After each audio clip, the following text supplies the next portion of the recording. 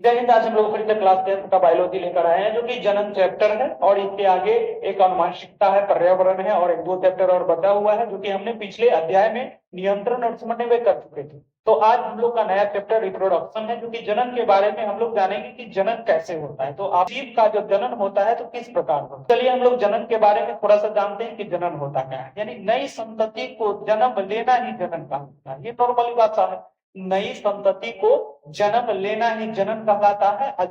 और जो जन्म देते हैं उसको जनक कहते हैं। ठीक है, तो ये जनक और जनक हम लोग का नॉर्मली क्लियर हो गया। हालांकि माना जाता है कि जनन क्यों जरूरी है, तो जनन इसलिए जरूरी होता है क्योंकि अपनी संतति को, अपनी अस्तित्व को, अपनी संख्याओं को कायम रखने के लिए जनन बहुत जरूरी हो जाता है। किसी जीव की अगर जनसंख्या नहीं बढ़ेगी तो आने वाला समय में क्या होगा, उसकी अस्तित्व समाप्त हो जाएगा, यानी पृथ्वी पर से उनका नामो निशान मिट जाएगा। इसलिए जनन जरूरी हो जाता है। तो चलिए हम लोग जनन के बारे में जानते हैं कि जनन किसे कहते हैं। तो जनन हमने डिफिनेशन लिख चुका है कि वह प्रक्रम जिसके द्वारा जीव अपने जैसी संतानों की उत्पत्ति करते हैं।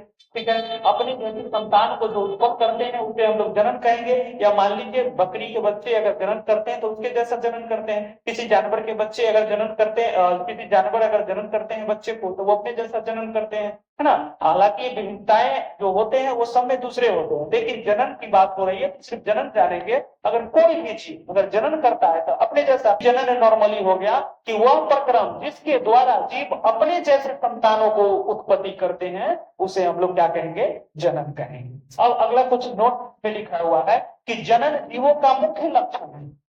मुख्य लक्षण जो है जीवों का, जनन होता है। अगर जनन नहीं करेंगे तो फिर उसका अस्तित्व नहीं रहेगा। आने वाला समय में उसका क्या हो जाएगा, नामो निशान मिट जाएगा। इसलिए जनन बहुत जरूरी है। इसके द्वारा जीवों की संख्या में वृद्धि होती है।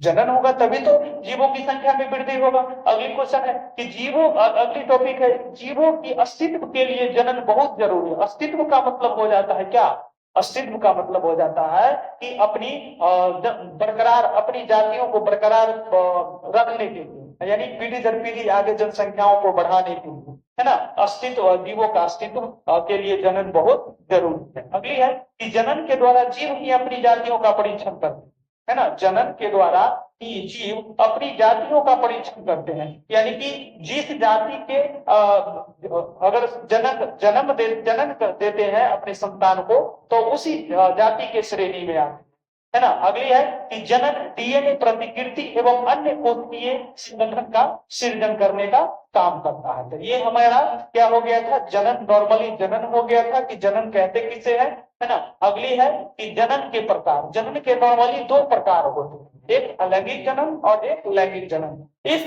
अलैंगिक जनन के अंतर्गत में, इस अलैंगिक जनन के अंतर्गत में सिर्फ एक जनक भाग लेते हैं, नर या मादा, कोई एक, है ना। जिनमें उनसे जो संतति उत्पन्न होते हैं वो हूबहू अपने जनक के जैसा होते हैं।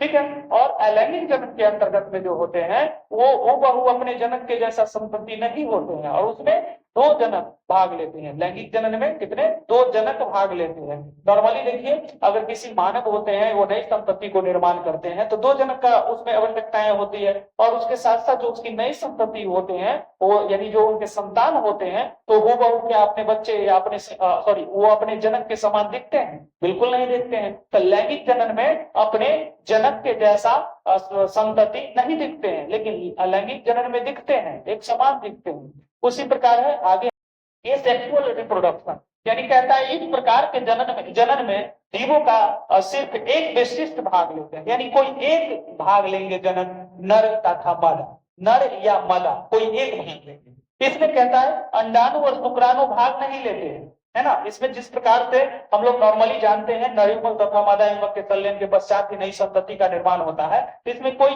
अंडाणु या शुक्राणु नहीं रहते। इसमें युग्मकों का संलयन नहीं होता है। जब युग्मके नहीं बनेगा, शुक्राणु अंडाणु बनवे नहीं करेगा, होवे नहीं करेगा, तो क्या इसमें युग्मक थोड़ी संलयन कर पाएगा। युग्मक किसको कहेंगे, अंडाणु तथा शुक्राणु को युग्मक कहेंगे।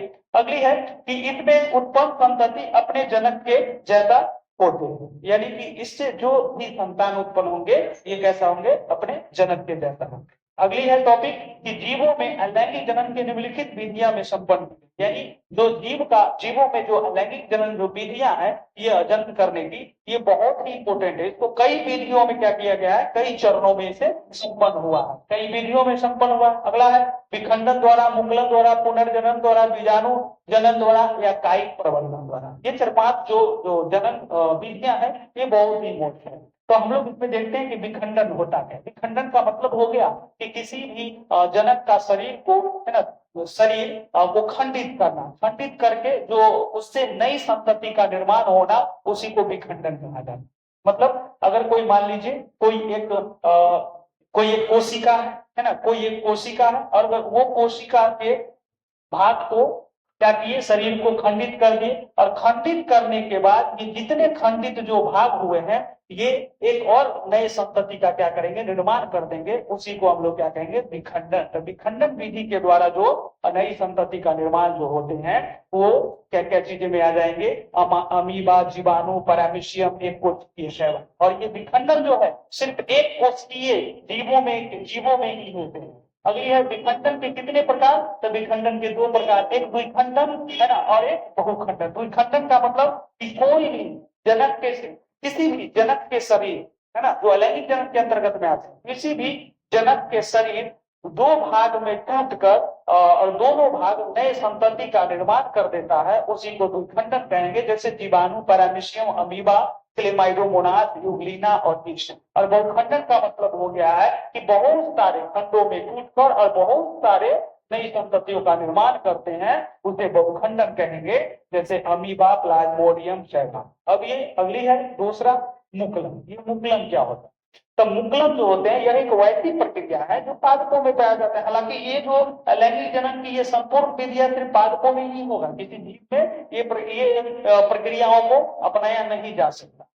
तो अगला है मुकुलन। ये मुकुलन होता क्या है, मुकुलन जो होते हैं एक वैसी प्रक्रिया है जो पादप जनक के शरीर से एक उभार निकलते हैं और उस उभार को मुकुल कहते हैं। वही उभार आगे चलकर एक एक अपने स्वयं को एक जनक का प्रतिरूप बना लेता है, स्वयं जनक बन जाता है, उसी को हम लोग क्या कहेंगे, मुकुलन की विधि कहेंगे। ठीक है। अगला है जिसमें इसका जैसे हो जाएगा ईस्ट, हाइड्रा और एस्पॉन। अगला है पुनर्जनन। पुनर्जनन का मतलब क्या होगा, पुनर्जनन का मतलब हो जाता है कि किसी भी को, है ना, मान लीजिए कोई भी जीव है जो पहले मर चुका है और उसके कुछ समय के पश्चात, है ना, उसके जो अंग जो है, भाग जो है, उससे फिर एक नई संतति का निर्माण हो जाता है, उसी को हम लोग पुनर्जनन कहेंगे। तो इसमें जैसे स्पाइरोगाइरा, हाइड्रा और प्लेनेरिया।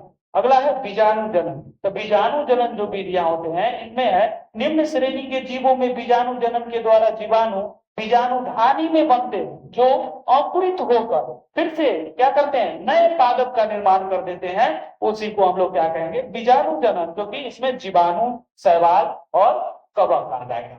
अगला है कि पादपों में कायिक प्रवर्धन। हालांकि ये कायिक प्रवर्धन आपके 12th चैप्टर में, फर्स्ट चैप्टर में 12th क्लास का बहुत इंपोर्टेंट माना गया है। अगला है इसमें कि पादपों में कायिक प्रवर्धन है। जो कायिक प्रवर्धन हमने शॉर्ट फॉर्म में लिखा है, जितना जरूरत है उतना। ठीक है। आगे हम लोग फिर जब 12th का क्लास करेंगे उसमें हम लोग डिटेल करेंगे। तो इसमें कि इसमें पौधों के कायिक भाग जैसे जड़, तना, पत्ती, कलिका आदि से नए पादप का निर्माण की प्रक्रिया को हम लोग क्या कहेंगे, कायिक प्रवर्धन कहेंगे। अगर किसी पेड़ के जड़, तना, पत्ती से जो नए पौधों का निर्माण होता है उसी को कायिक प्रवर्धन कहेंगे।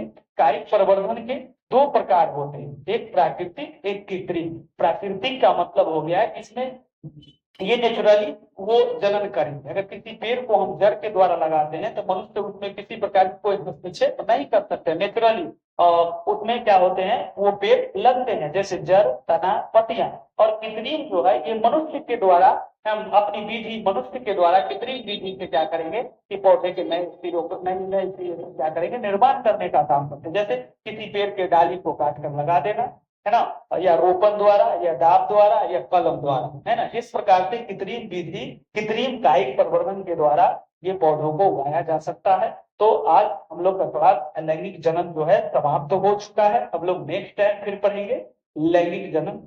ठीक है, तब तक के लिए धन्यवाद।